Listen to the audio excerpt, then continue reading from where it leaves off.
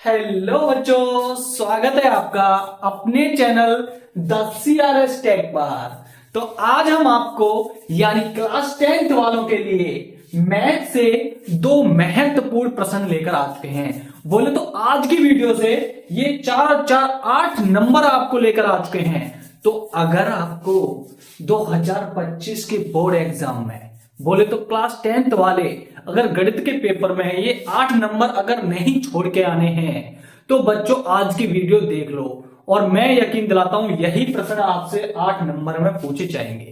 तो समय नहीं बिगाड़ते हुए हम चलते हैं अपने महत्वपूर्ण इन प्रश्नों पर। तो बच्चों सबसे पहले मैं इन प्रश्नों को पढ़ता हूं और धीरे धीरे सॉल्व करके दिखाता हूं और ये बच्चों आपको रट के जाने हैं बिल्कुल। तो सबसे पहले क्वेश्चन नंबर 1 को सोल्व करेंगे। सॉल्यूशन किसका? क्वेश्चन नंबर 1 का। तो पहले पढ़ते हैं। तो ये कह रहा है दो अंकों से बनी एक संख्या एवं उसके अंकों को उलटने पर बनी संख्या का योग 66 है। यदि संख्या के अंकों का अंतर 2 हो तो संख्याएं ज्ञात कीजिए। अब बच्चों आपको पता ही होगा कि दो अंकों की संख्याएं कैसे बनाई जाती हैं या दो अंकों की संख्या कैसे बनती है, ये आपको रूल पता होना चाहिए सबसे पहले। लेकिन उसके लिए हमें अंक को मानना होगा कि भैया दो अंकों में कौन कौन से अंक होते हैं। एक इकाई का अंक होता है, एक दहाई का अंक होता है। इतना तो सभी बच्चों से आता होगा क्योंकि बोर्ड के नजदीक आ चुके हो आप।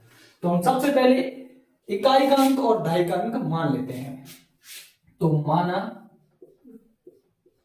इकाई का अंक x मान लिया और इसी प्रकार दहाई का अंक मानेंगे कितना बच्चों? y।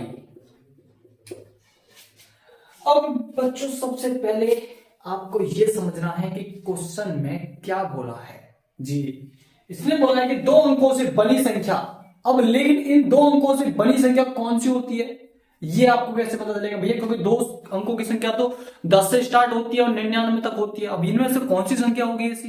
तो हम क्या करेंगे, इसे जनरल दो अंकों की संख्या बनाने के लिए क्या करना पड़ेगा, यहां पर एक रूल हम जानते हैं कि दो अंकों की संख्या कैसे बनाई जाती है कि 10 की गुणा ढाई में करके, यानी ढाई में 10 की गुणा करके इकाई का अंक जोड़ देते हैं।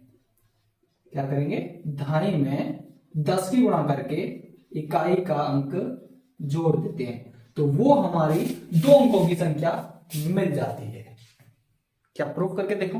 देखो यहां पर मान लो मैंने 28 संख्या ली तो आप जानते हो इसमें ये इकाई का अंक होता है और ये ढाई का अंक होता है। तो 10 की गुणा करनी है ढाई में तो 10 दूनी 20 और इकाई का अंक जोड़ देना है तो 20 और 8 28। तो ऐसे मिलकर ये हमारी संख्या बनती है। अब ये बोला था कि दो अंकों से बनी एक संख्या तो ये बन गई जी। अच्छा, इसको हम ढाई का अंक हमने y माना था, इकाई का अंक x माना था तो उस रूप में हम लिख सकते हैं। तो लिख दो।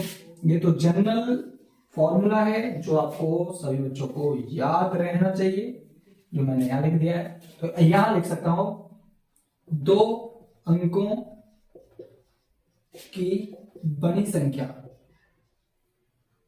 दो अंकों की बनी संख्या, क्योंकि हमने इकाई और दहाई का अंक x और y माने तो उसी के हिसाब से लिखना होगा बनी संख्या। तो 10y और प्लस x, यानी कि दो अंकों की संख्या है बच्चों, आपकी कोई भी संख्या हो सकती है।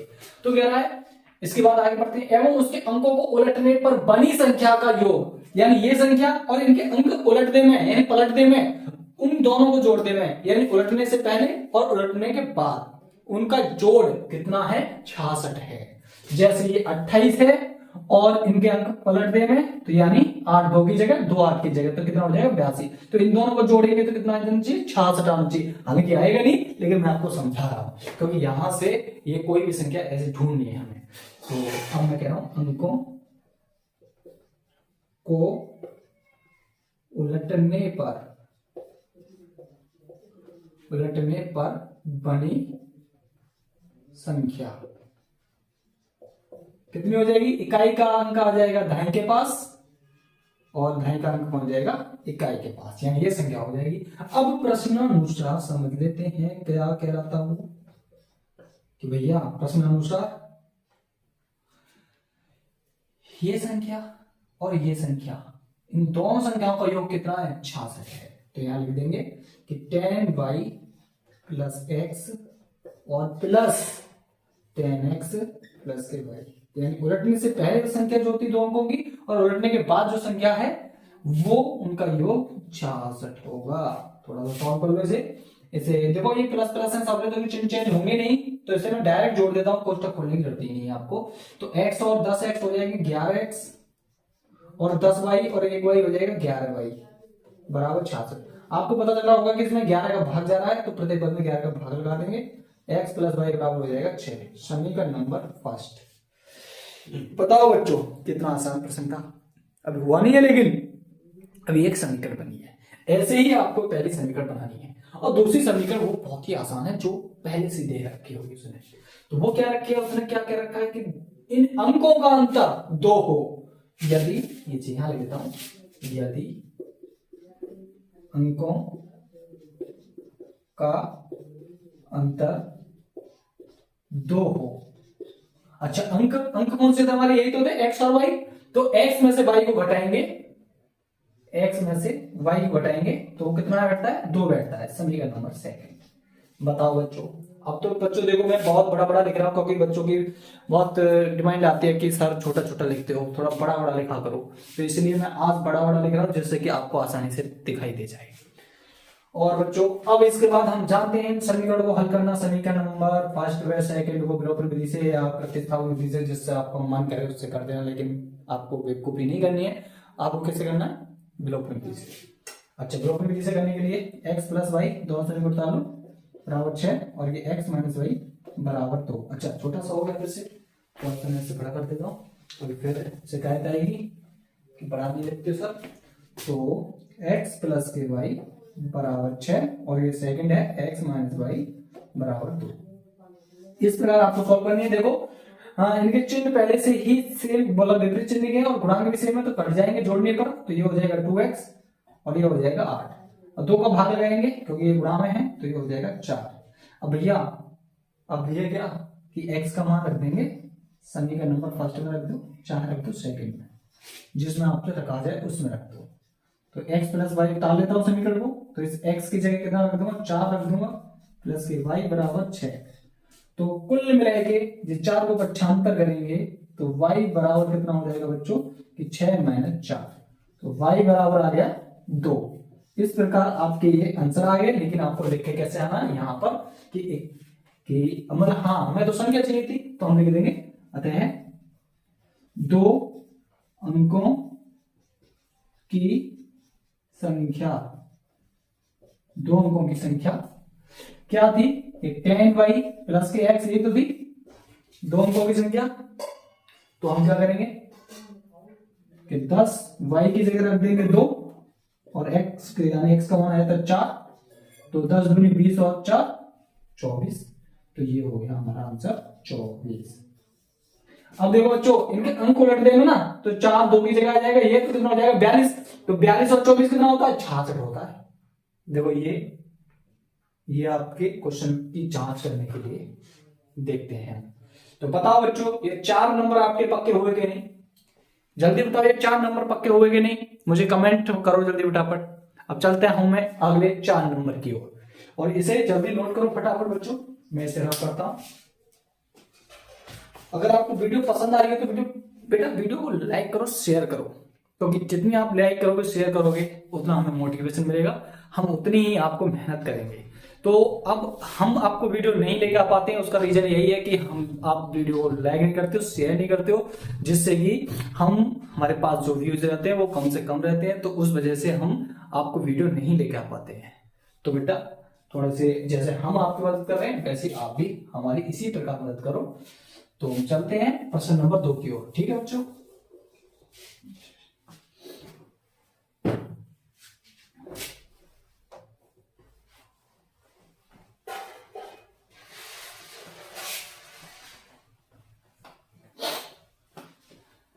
मेहनत कर लो, ये 2 महीने क्योंकि आपको भी पता है कि भैया समय ये दोबारा लौट कर नहीं आता है। तो एक बार इन 2 महीने लगातार मेहनत कर लो, उसके बाद आपको दोबारा जिंदगी में ना तो इस एक्सरसाइज यानी इस वाली क्लास को पढ़ना पड़ेगा और ना ही इस क्लास में बोर्ड के पेपर के लिए अफसोस रहेगा कि हम थोड़ा सा और पढ़ लेते तो हमारा स्कोर अच्छा हो जाता। तो अगर ये अफसोस नहीं करना है आप आगे आपको जिंदगी में, तो आज ही मेहनत करो, आज से लग जाओ।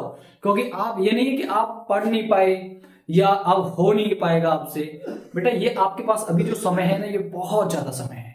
बस आप इस समय को पहचानो और तैयारी करना शुरू कर दो। तो चलिए फिर उसके बाद क्वेश्चन नंबर 2 को सॉल्यूशन करते हैं। अच्छा, यहां से भी करते हैं। तो सॉल्यूशन क्वेश्चन नंबर 2। अच्छा जी,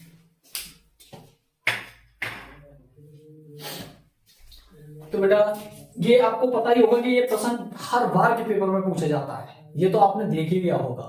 तो ये छोड़ के नहीं आना, तो आपको ये ध्यान से पढ़ना और ध्यान से सीखना है। मैं बहुत धीरे धीरे स्टेप बाय स्टेप आपको सिखाऊंगा। अगर समझ लो, ये नहीं है कि अगर ये 2 नहीं आया सब 3 आ गया, तो बिल्कुल टेंशन मत लो। जहां 2-2 आएगा वहां 3-3 कर देना, आपको फुल नंबर मिलेंगे। या 5 आ जाए तो जहां 2-2 आ रहा है वहां 5 कर देना, आपको फुल नंबर मिलेंगे। ये मेरी गारंटी है, एक ही क्वेश्चन से आप सारे क्वेश्चन को कवर कर लोगे। तो इसीलिए इस क्वेश्चन को सीखना जरूरी है। ये हमने सिद्ध करवा रहा है कि √2 एक अपरिमेय संख्या है। हम जानते भी हैं कि अपरिमेय संख्या होती है, लेकिन हमें इसे प्रूफ करना है बेटा। तो उसके लिए हमें क्या करना पड़ेगा, हमें इसका उल्टा करना पड़ेगा, यानी उल्टा मानना पड़ेगा कि माना √2 एक परमेय संख्या है। कैसे करके हमें मानना होगा, परमेय संख्या।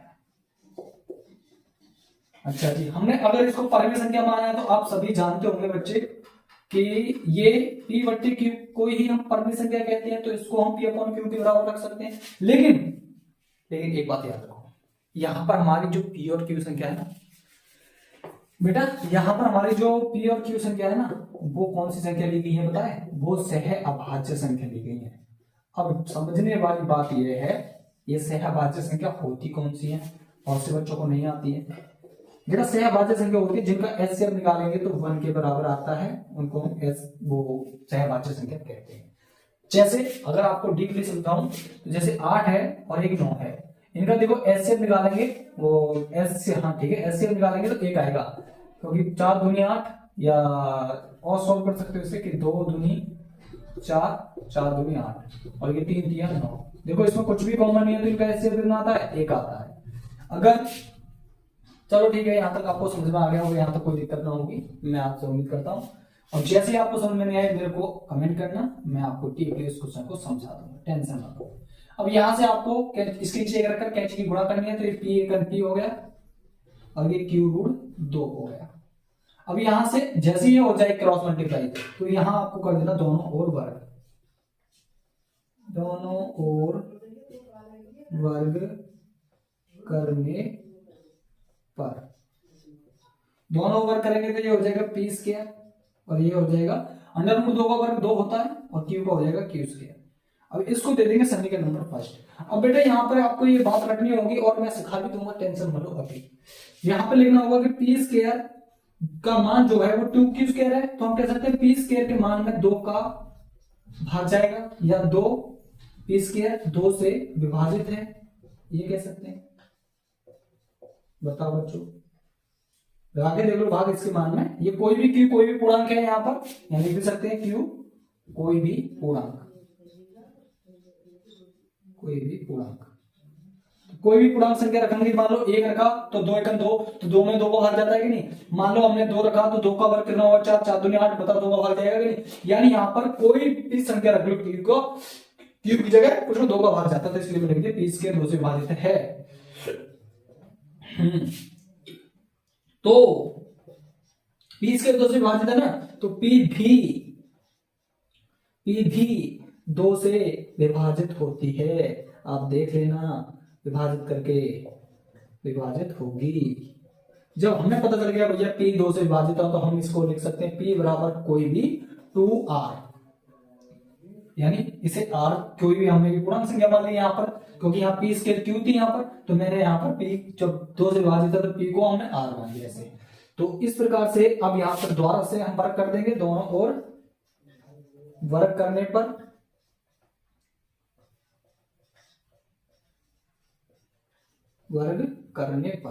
अच्छा बेटा यहां याद रखना, तेरा तो नहीं जा रहा, जा तो रहा है लेकिन आपको कोशिश करना पड़ेगा। यहां पर आर भी कोई भी पूर्णांक है, ध्यान रखना कोई भी पूर्णांक संख्या है। तो अब इसके बाद थोड़ा सा यहां खींच लेते हैं। जब दोनों ओर वर्ग करेंगे तो पी स्क्वायर हो जाएगा और जो हो जाएगा 2 का वर्ग 4 आर स्क्वायर।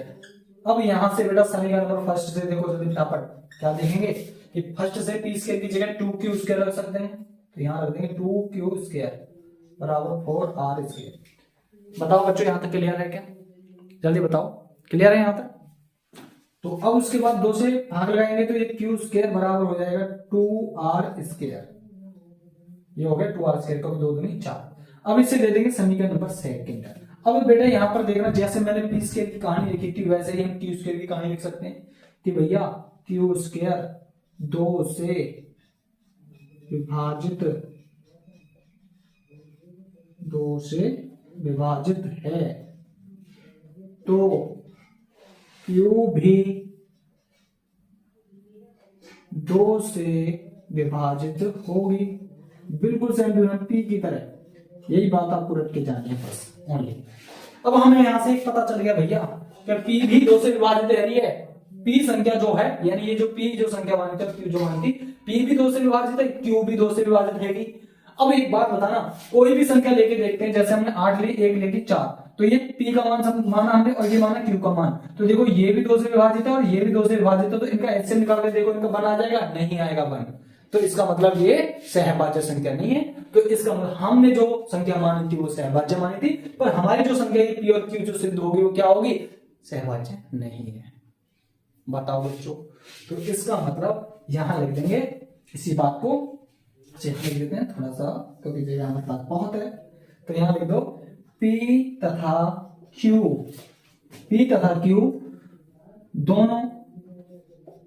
दोनों 2 से विभाजित है। P तथा Q दोनों 2 से विभाजित है, इसीलिए HCF नॉट इक्वल टू 1, यानी HCF अब 1 नहीं आएगा P और Q का। हमने जो लेकिन जो संख्या ली थी वो उसका HCF बना रहा था। इस वजह से हमारा क्या हो जाएगा? विरोधाभास प्रकट हो जाएगा। विरोधाभास प्रकट होता है।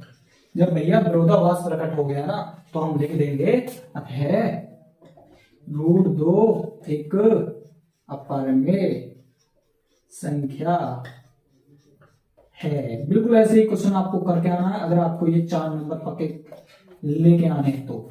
Hence proof. अब मेरी बात समझना बच्चों, अगर इस 2 की जगह अगर मान लो 3 आ जाए तो 3 ओनली यहाँ पर 4 की जगह 9 हो जाएगा, क्योंकि 3 का वर्ग 9, बाकी का 3। बता क्या छोड़ के आ जाओगे इस क्वेश्चन को? बिल्कुल नहीं छोड़ के आओगे, रट लो ढंग से, यही आने वाला प्रश्न। और उसका 5 आ जाए तो भैया 2 की जगह 5 ओनली यहाँ वर्ग करने पर 5 का वर्ग कितना आ जाएगा? 25। लो जी 3 क्वेश्चन तैयार हो गए ना, और इन 3 ही क्वेश्चन आपके सिलेबस में थे, एक क्वेश्चन आपको देखने को मिल जाता है। तो बताओ बच्चों ये वीडियो कैसी लगी आपको? बताओ, अगर आपको ये प्रश्न अच्छे लगे हों तो वीडियो को लाइक कर देना और शेयर कर देना, और कमेंट बॉक्स में कमेंट जरूर करना कितने बच्चे मेरे साथ जुड़े हुए हैं और वो इन 2 महीने मेरे साथ मेहनत करना चाह रहे हैं, जिससे कि अपना 70 में से 70 का स्कोर वो मैथ में कर चुके हैं या कर सकते हैं। तो बच्चों मिलते हैं फिर आपको अगले वीडियो में, जैसे देखते हैं कितने बच्चों के कमेंट आते हैं, उस हिसाब से फिर से हम इसी प्रकार मोस्ट इंपोर्टेंट क्वेश्चन फिर से लेके आएंगे आपको। तो चलिए बच्चों, धन्यवाद।